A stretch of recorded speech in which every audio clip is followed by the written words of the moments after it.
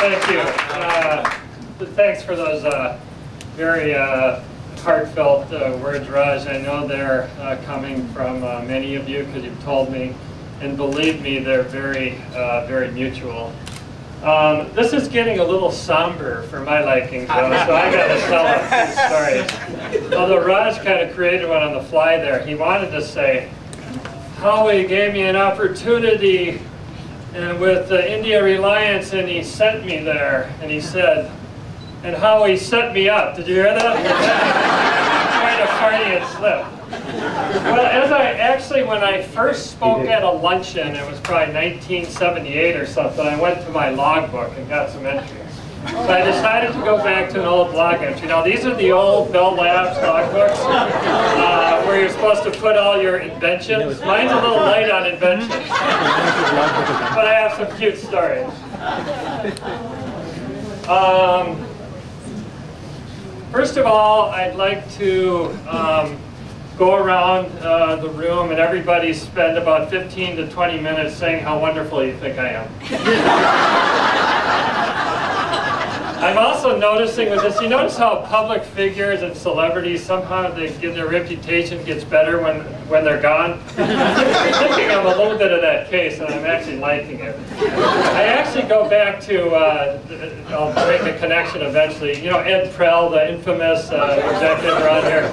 Ed Prell said, and he was steadfast in this, he said, we in 5E, while I was in charge, never missed a schedule. And I just said, where did that, you know, what kind of creative math and selective memory was that? And I actually have something analogous to that, and some of you guys are going to choke on it. I contend that I never forced anyone to work overtime. Now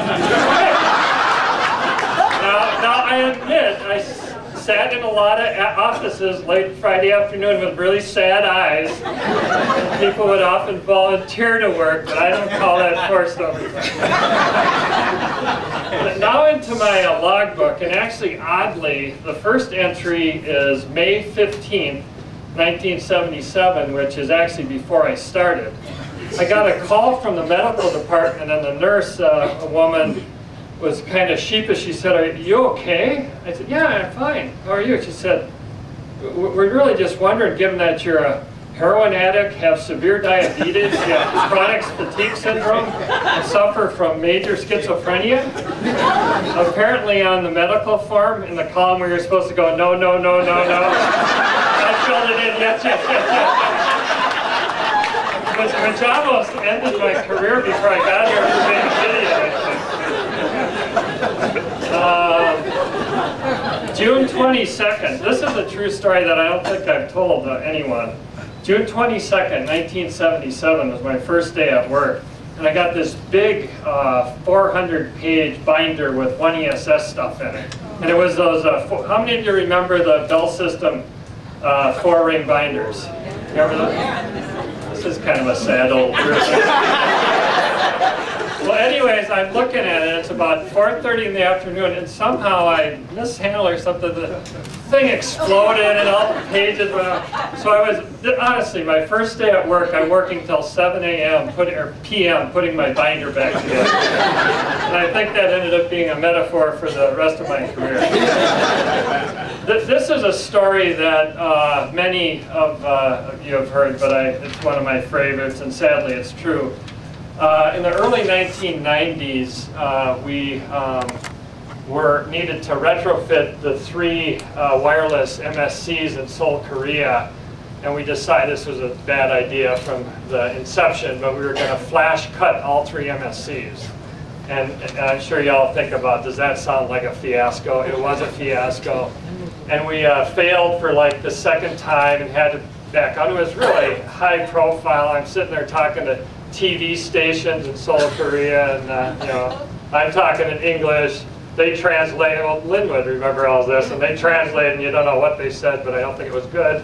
And so after the 2nd time that we failed, I was meeting with the team in a conference room on the 12th floor of the Seoul, Korea Hyatt or something, and I was trying to inspire the team, and not very well, but I was trying to inspire the team, and I said, guys, if we don't succeed tonight, I'm going to jump out of this window. And I look around, and I figured that would really shake people up and get them inspired. I look around the table, and everybody goes, yeah, whatever. Just do what you need to do, man.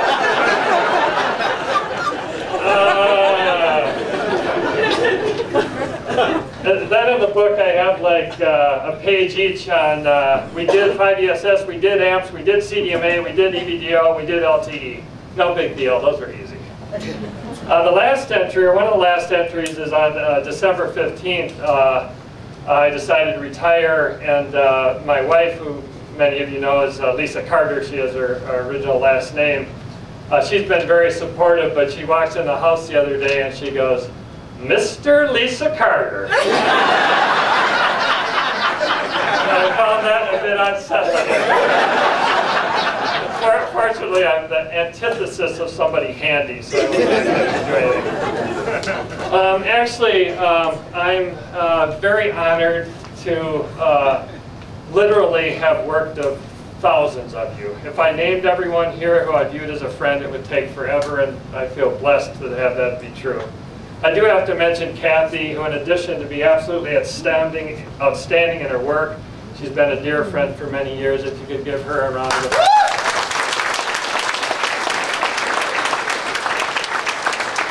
In my career, I've been to a lot of locations worldwide, and all of them have their own personalities, which I like a lot. It's really neat and it's exciting, but none of them is quite like this one.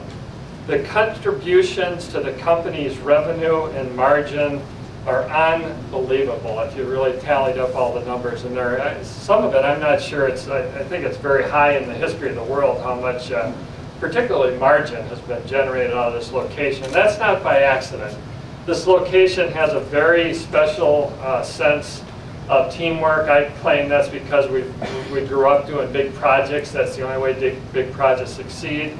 I also think Raj, or somebody mentioned the EVGs.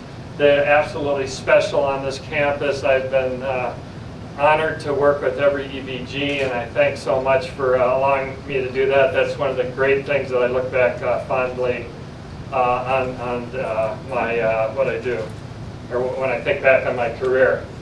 A lot of you have asked about what next. I'm actually, as I've told a bunch of you now, myself and Bill Skeens, who many of you know, are going to work with my sister, who's a professor at the University of Arizona, and we're going to develop some leadership training and career development kind of training, and we'll see how that goes. Cindy Christie, who a lot of you know, still is a friend of mine, and sent her an email to her and others. The other thing we're going to do is we want to do almost like SARB reviews for companies that could take a look. And Cindy writes back and says, geez, Howie, you'll be great at that. All your projects were always messed up. Glad to still have Cindy in my corner. Again, this is coming across as a little melancholy, and well, I have mixed feelings as well. Please know that I'm